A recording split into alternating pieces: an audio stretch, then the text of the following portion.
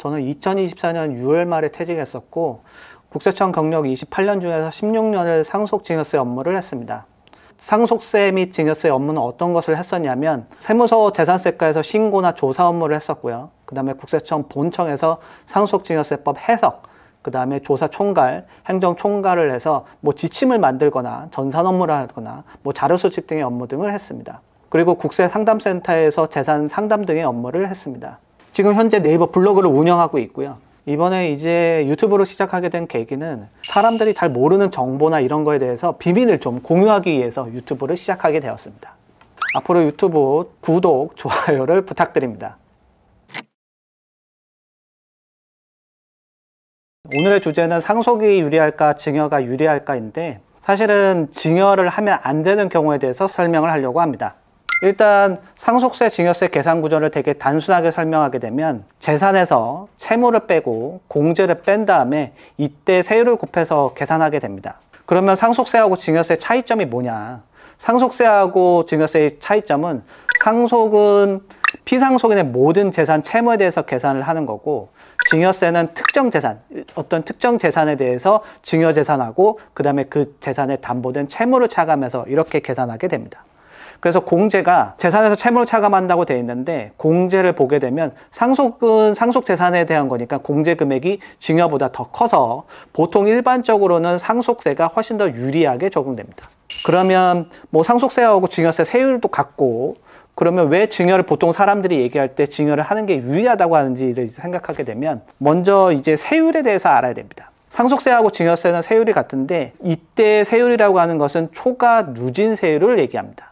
초과 누진 세율이라고 하는 것은 구간별로 이제 적용되는 세율 구간값이 다르다고 하는 건데 지금의 상속세하고 증여세는 세율 구간값이 5단계로 되어 있습니다. 그러니까 1억 원 이하에 대해서는 10%, 1억 원에서 5억 원 사이는 20%, 그 다음에 5억에서 10억 사이는 30, 10에서 30억 사이에는 40, 30억 초과분부터는 50억을 적용합니다. 이렇게 적용하기 때문에 내가 설령 5억 원을 증여받았다고 하더라도 5억 원에 대해서 20%가 무조건 적용되는 것이 아니라 5억 원 중 1억 원에 대해서는 10%, 1억 원에서 5억 원 사이는 20% 세율이 적용되는 겁니다. 근데 세율이 같은데 왜 증여가 자꾸 유리하다고 얘기하는 거냐면 상속세를 줄이기 위해서는 그러면 제일 먼저 해야 될 게 상속 재산을 줄이면 되겠죠. 그러면 생전에 증여를 하게 되면 재산 상속세가 줄어들 수 있습니다. 그렇게 하게 되면 누진세율을 이제 피할 수 있게 되겠죠. 가령 예를 들면 30억을 가진 사람이 10억 원의 재산을 자녀들한테 나눠서 증여하는 거하고 한 번에 이제 상속을 30억 하는 거하고 같은 세액을 부담하게 해야 되는데 이게 값이 만약 다르게 한다면 사람들은 상속을 하지 않고 모두 증여를 하게 될 겁니다. 그래서 세법에서는 한 번에 상속을 하나 아니면 그 생전에 분할을 해서 증여했다고 하더라도 같은 세액을 부담하게 합니다. 이때 피상속인이 생전에 모든 증여했던 재산을 가산할 거냐? 그건 아니고요. 일정 기간의 재산에 대해서만 증여세에 가산을 해줍니다.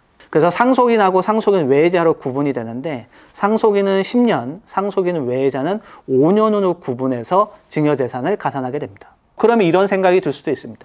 10년 단위로 증여를 하게 되면 상속세가 유리한 거 아닌가? 예, 맞습니다.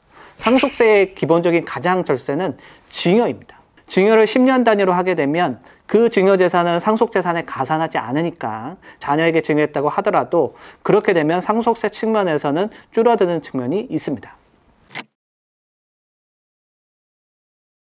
그런데 모든 경우에 다 유리할 거냐? 그렇지는 않습니다. 상속 공제 한도라는 것이 있는데 이때 한도가 적용될 때 증여하면 안 됩니다.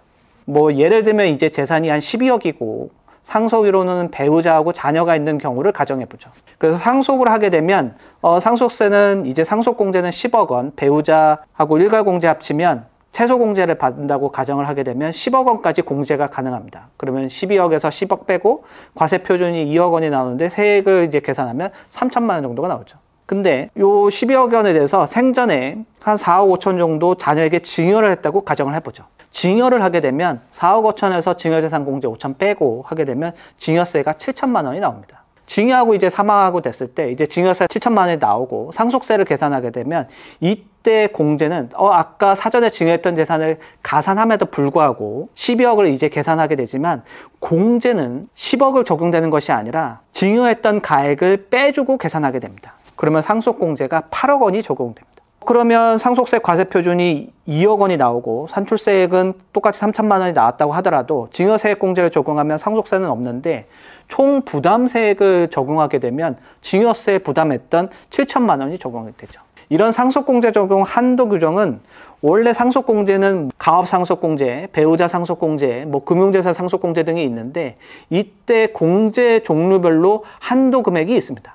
근데 상속공제 한도라고 하는 것은 이런 공제 한도를 다 더한 다음에 상속공제와 다시 한도를 비교해서 총 공제받을 수 있는 금액을 얘기하는 겁니다. 상속공제 한도의 의미라고 하는 것은 상속공제라고 하는 것은 결국은 상속인이 상속받은 재산에 대해서만 공제를 해주겠다는 것이 됩니다. 그래서 상증법 제24조에 이제 규정하고 있는데 과세가액을 예를 들어서 이제 있다고 했을 때 선순위 상속인이 아닌 자에게 유증 등을 했거나 상속 포기를 했거나 증여했던 재산을 차감해서 계산하게 됩니다. 그런데 여기서 주의하셔야 될 게 유증, 상속 포기, 사전 증여가 있다고 해서 무조건 상속공제 한도가 적용되는 것은 아닙니다. 예를 들게 되면 상속재산은 20억이고 상속인은 배우자와 자녀가 있는데 손자에게 5억 원을 유증을 했다. 상속공제 한도가 10억으로 계산되기 때문에 이때 상속공제 10억 원을 그대로 적용할 수 있습니다. 물론 이제 상속인이 아닌 손자가 유증받았기 때문에 세대생량 할증과세가 적용될 수 있고요. 오늘 주제는 상속이 유리할까 증여가 유리할까에 대해서 간략히 살펴보았는데 일반적으로는 증여를 해서 상속재산을 줄이는 게 훨씬 유리합니다. 상속은 예측하기가 어렵죠. 내가 증여를 받는 것은 증여 재산을 받는 사람하고 주는 자 사이에 결정할 수 있지만 상속은 피상속인이 갑자기 돌아가실 수 있기 때문에 예측하기 어렵습니다. 그렇지만 상속세에서는 상속공제 한도가 있기 때문에 그 기간이 10년이 안 될 거라고 예측되는 상황이거나 그 재산이 상속공제 한도가 적용될 거라고 한다면 증여보다는 상속을 선택하는 것이 맞습니다. 오늘 살펴본 내용에 대해서 도움이 되셨기를 바라고요. 구독과 좋아요 부탁드립니다. 감사합니다.